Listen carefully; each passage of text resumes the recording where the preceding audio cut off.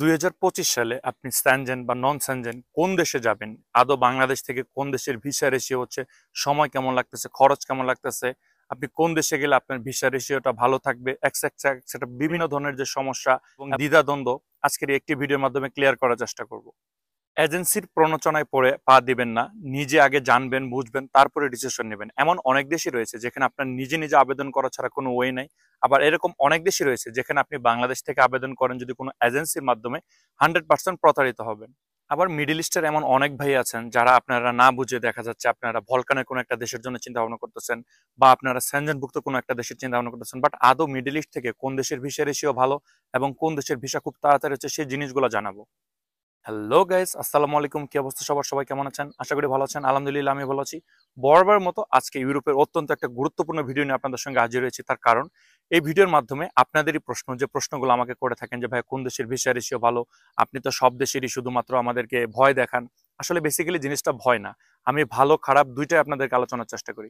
সেই ধারাবাহিকতা আপনাদেরই প্রশ্নের এবং আপনাদেরই রিকোয়েস্টের অনুসারে বর্তমানে 2025 সালে বাংলাদেশ থেকে যদি আপনি আবেদন করতে চান, কোন কোন দেশের জন্য আপনি আবেদন করতে পারেন, সেটা হোক স্যানজেন সেটা হোক নন স্যানজেন, অথবা ইউরোপের যে আপনারা চিন্তা ভাবনা করেন মিডল ইস্ট থেকে আপনারা অনেকে মুভ হবেন, সো মিডল ইস্ট থেকে কোন দেশের জন্য আপনারা আবেদন করবেন। এবং সেই সাথে এমন কিছু দেশ রয়েছে যেগুলো তো শুধুমাত্র আপনি নিজে নিজে আবেদন করতে হবে এবং হাইলি স্কিল্ড যদি কোয়ালিফাইড হন তাহলে আপনি আবেদন করতে পারবেন, বাট বাংলাদেশের এজেন্সিগুলো সেখানেও প্রতারণা করতেছে। সো আজকের এই ভিডিওটি অনেক অনেক গুরুত্বপূর্ণ হতে যাচ্ছে। এই ভিডিওটি সম্পূর্ণ দেখলে আশা করি আপনি ইউরোপের কোন দেশের জন্য আবেদন করবেন একদম পানির মতো ক্লিয়ার হয়ে যাবেন। সেই সাথে কোন কোন দেশে কেমন সময় লাগতে পারে এবং আদৌ আপনি আসবেন কিনা, আপনার খরচটা কেমন হতে পারে, processing time, everything, visa receive সবকিছু তুলে ধরার চেষ্টা করবো। সো আজকে ভিডিও অনেক অনেক গুরুত্বপূর্ণ হতে যাচ্ছে। আশা করি নাটেন ভিডিও সম্পূর্ণ দেখবেন। তার আগে ছোট্ট একটা রিকোয়েস্ট, আপনি যদি আমার চ্যানেল নতুন থাকেন তাহলে অবশ্যই চ্যানেলটি সাবস্ক্রাইব করে দিবেন এবং পাশে আসা বেল আইকনটি চাপে দিবেন। আর যদি সাবস্ক্রাইব করে থাকেন, thanks a lot. So let's get start the video. তো চলুন ফার্স্ট অফ অল কথা বলা যাক নন সেনজেনভুক্ত আপনি কোন দেশের জন্য আবেদন করবেন।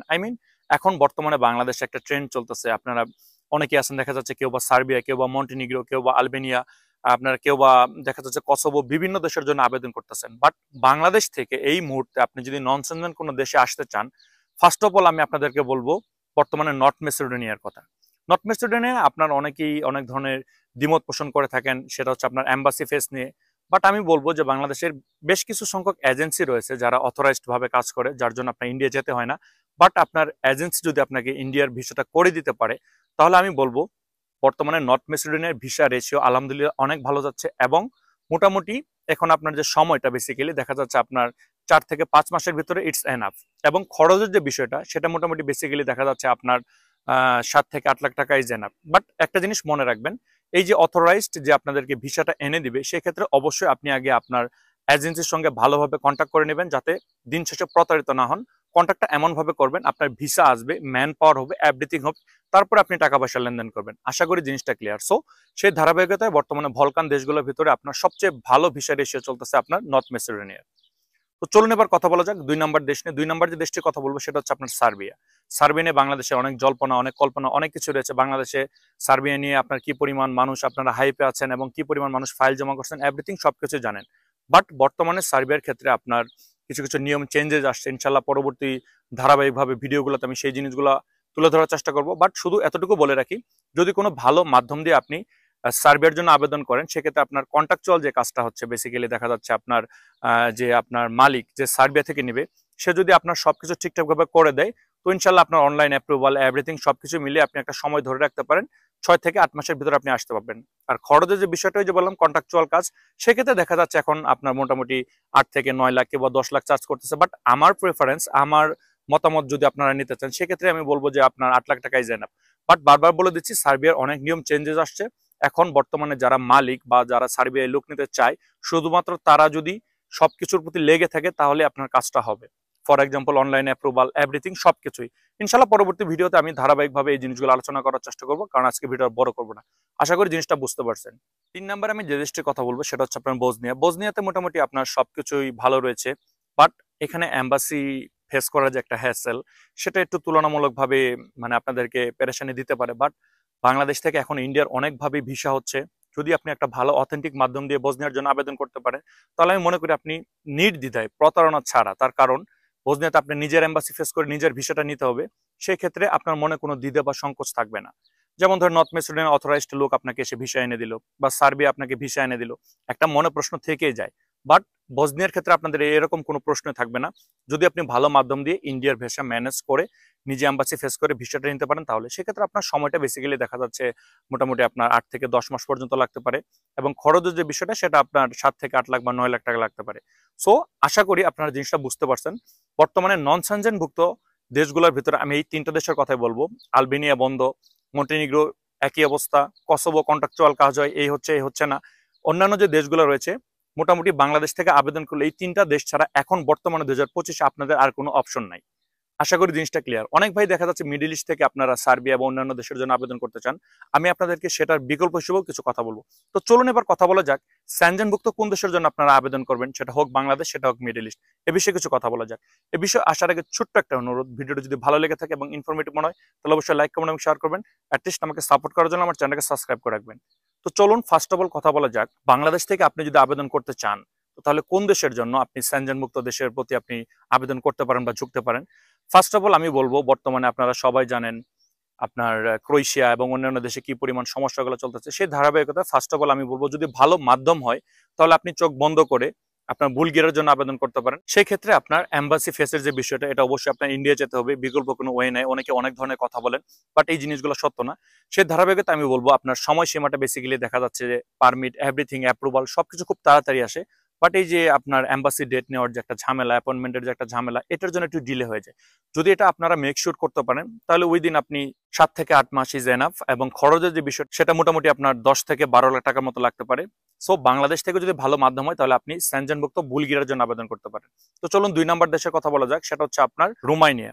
রোমানিয়ার ক্ষেত্রে আমি বলবো যে আপনারা সবাই জানেন এখানকার যে এম্বাসি ডেট এবং এখানকার মোটামুটি যে নিয়ম শৃঙ্খলা, এভরিথিং সবকিছু অন্যান্য দেশ থেকে কিন্তু আলাদা এবং একটু একটু সময় সাপেক্ষ ব্যাপার। তার কারণ এখানে আপনার স্টেপ গুলো একটু অন্যান্য দেশের থেকে আলাদা। আপনার সাবমিশন করতে হয়, ফিজিক্যাল সাবমিশন করতে হয়, এবং পারমিট আসে, এভরিথিং সবকিছু মিলিয়ে আপনার মোটামুটি ধরে রাখতে পারেন 8 থেকে 12 মাস, আই মিন 1 বছর পর্যন্ত সময় লাগতে পারে। এবং খরচের যে বিষয়টা সেটা মোটামুটি আপনার কেউ 12 লাখ নিচ্ছে, কেউ 13 লাখ নিচ্ছে, কেউ 14 লাখ নিচ্ছে, এটা এজেন্সির উপর ডিপেন্ড করে। সো ওভারঅল যদি কোনো ভালো মাধ্যম পান তাহলে আপনি রোমানিয়ার জন্য আবেদন করতে পারেন। বর্তমানে আমার কাছে এই 2টা দেশ ছাড়া বাংলাদেশ থেকে যদি আপনি আবেদন করেন, আমি মনে করি ইউরোপের দ্বারটা যেরকম আপনার সংকুচিত হয়ে গেছে, ফর এক্সাম্পল আপনার পোল্যান্ড, এখন দেখা যাচ্ছে বিগত দিনে আপনার অনেকেই আসতো বিভিন্ন দেশের টিআরসি কার্ডে এখানে কনভার্ট করে কাজ করতো, বাট এটা এখন হবে না। ইনশাল্লাহ পরবর্তীতে আমি এই ভিডিওগুলোর মাধ্যমে আপনাদেরকে জানানোর চেষ্টা করব। সো এবার বাকি থাকছে হচ্ছে আপনার স্লোভাকিয়া বা স্লোভেনিয়া। এই যে 2টা দেশ রয়েছে, এই 2টা দেশে মোটামুটি আপনার বাংলাদেশের তুলনায় আপনার মিডল ইস্ট থেকে ভিসা রেশিও ভালো, এবং যে সকল ভাইরা মিডল ইস্ট থেকে আবেদন করতে চান আমি মনে করি তাদের জন্য এই 2টা দেশ পারফেক্ট। বাংলাদেশ থেকে আমার কাছে বর্তমানে এই 2টা দেশ ছাড়া স্যানজেনভুক্ত অন্যান্য যে দেশগুলো রয়েছে, ফর এক্সাম্পল অনেকে আমাকে প্রশ্ন করেন যে ভাইয়া অস্ট্রিয়া নিয়ে আমাদেরকে একটা ভিসা আপডেট দেন, কেউ বলেন সুইজারল্যান্ড নিয়ে, কেউ বলেন আপনার স্পেন নিয়ে, কেউ বলেন পর্তুগাল নিয়ে, কেউ বলতেছেন আপনার ফ্রান্স নিয়ে, কেউ বলতেছেন লুক্সেমবার্গ নিয়ে, কেউ বলতেছেন এস্তোনিয়া নিয়ে। এই যে সকল দেশগুলো রয়েছে ভাই, বাংলাদেশ থেকে যদি আপনি আবেদন করতে চান সেই জিনিসগুলো শুধুমাত্র আপনার নিজের আবেদন করতে হবে, আদারওয়াইজ আপনি এখানে আসতে পারবেন না। আপনি আসতে পারবেন যদি হাইলি স্কিল কোয়ালিফাইড হন, আপনি নিজের যদি কোনো প্রচেষ্টা থাকে, আপনার যদি কোনো আত্মীয় স্বজন থেকে থাকে, তাহলে আমি মনে করি আপনারা আসতে পারবেন। আদারওয়াইজ বাংলাদেশ থেকে বর্তমানে এই 2টা দেশ ছাড়া অন্য কোনো দেশে আপনাদের আবেদন করাটা ঠিক হবে না, আদারওয়াইজ আপনি প্রতারিত হবেন। তো চলুন এবার কথা বলা যায় গ্রিস নিয়ে। আপনাদের মাঝে অনেকে আছেন যারা গ্রিসের কৃষি ভিসা, মানে বিভিন্ন ধরনের ওয়ার্ক পারমিট, বিভিন্নভাবে আপনারা এখানে আসার চেষ্টা করেন। বাট আমি আপনাদের একটা জিনিস ক্লিয়ার করি, গ্রিসে যদি আপনি আসতে চান একদম নিকটস্থ আত্মীয় ছাড়া আপনার আবেদনটা না করাই ভালো হবে। তার কারণ বাংলাদেশ থেকে কোনো এজেন্সি আপনাকে এইভাবে ভিসা নিয়ে গ্রিসে পাঠাতে পারবে না। আশা করি জিনিসটা ক্লিয়ার। তো চলুন এবার কথা বলা যাক যে সকল ভাইয়েরা আপনারা মিডল ইস্ট থেকে আবেদন করতে চান বা মিডল ইস্ট থেকে আবেদন করবেন তাদের কি অবস্থা। ফার্স্ট অফ অল আমি বলবো যারা মিডল ইস্ট থেকে আবেদন করতে চান তারা আপনার স্লোভাকিয়া বা স্লোভেনিয়া, এই 2টা দেশের ভিসা রেশিও আলহামদুলিল্লাহ অনেক ভালো যাচ্ছে। আপনারা যারা সৌদি, দুবাই, কাতার, মালয়েশিয়া, বিভিন্ন দেশে, সিঙ্গাপুর থেকে আবেদন করতে দেশগুলোতে আবেদন করে দেখতে পারেন। আর যদি কোনো ভালো মাধ্যম হয় তাহলে পর্তুগালের D1 ভিসার জন্য আবেদন করতে পারেন। পর্তুগালের D1 ভিসাটা আপনার মিডল ইস্ট থেকে খুবই ভালো যাচ্ছে। সো ওভারঅল আমি আপনাদেরকে শুধু এতটুকুই বলবো, যে সকল দেশগুলোতে আপনি প্রতারিত হবেন, ফর এক্সাম্পল এস্তোনিয়া, কেউ বলেন লুক্সেমবার্গ, কেউ বলেন আমরা মাল্টায় আসবো, কেউ বলতেছেন আপনারা এস্তোনিয়ায় আসবেন, এই জিনিসগুলো শুধুমাত্র নিজেরই আবেদন করতে হবে, আদারওয়াইজ কোনো এজেন্সি আপনাকে আবেদন করে দিতে পারবে না। যদি কোনো আপনার আত্মীয় স্বজন পরিচিত কেউ থেকে থাকে সেটা অন্য বিষয়। আশা করি জিনিসটা ক্লিয়ার। সো ওভারঅল 2025 সালে আমার কাছে রিলায়েবল যে দেশগুলো রয়েছে, আমার ধারণার বাইরে বা আমার এতটুকু যে স্টাডির বাইরে আরো দেশ থাকতে পারে, হতে পারে সেটা 100 জনে একজন ভিসা পায়, বাট আমি এটাকে কাউন্ট করবো না। আমি এই জন্যই কাউন্ট করবো না, তার কারণ তারা হয়তো বা কোনো পরিচিত মাধ্যম দিয়ে আবেদন করছে। সো ওভারঅল আমি যে দেশগুলোর কথা বললাম 2025 সালে যদি আপনি নতুনভাবে ইউরোপ আসার চিন্তা ভাবনা করেন, এই দেশগুলোকে আপনি বেশি প্রাধান্য দিবেন। যদি এই দেশগুলোতে আপনি না প্রাধান্য দিয়ে অন্যান্য দেশগুলোতে প্রাধান্য দেন, তাহলে দেখা যাচ্ছে আপনি একটা প্রতারণার শিকার হতে পারেন। সো ভিউয়ার্স, আজকের ভিডিওটা বড় করবো না, ইনশাআল্লাহ পরবর্তী ভিডিওতে আরো কিছু গুরুত্বপূর্ণ আলোচনা করব। আপনাদের যদি স্পেসিফিক ভাবে কোনো দেশ নিয়ে জানার থাকে অবশ্যই কমেন্টস করবেন। সো ভিউয়ার্স, সবাই ভালো থাকবেন, আমার জন্য দোয়া করবেন, আপনাদের জন্য দোয়া রইল। প্রতারণার হাত থেকে বেঁচে থাকার চেষ্টা করবেন। আসসালামু আলাইকুম।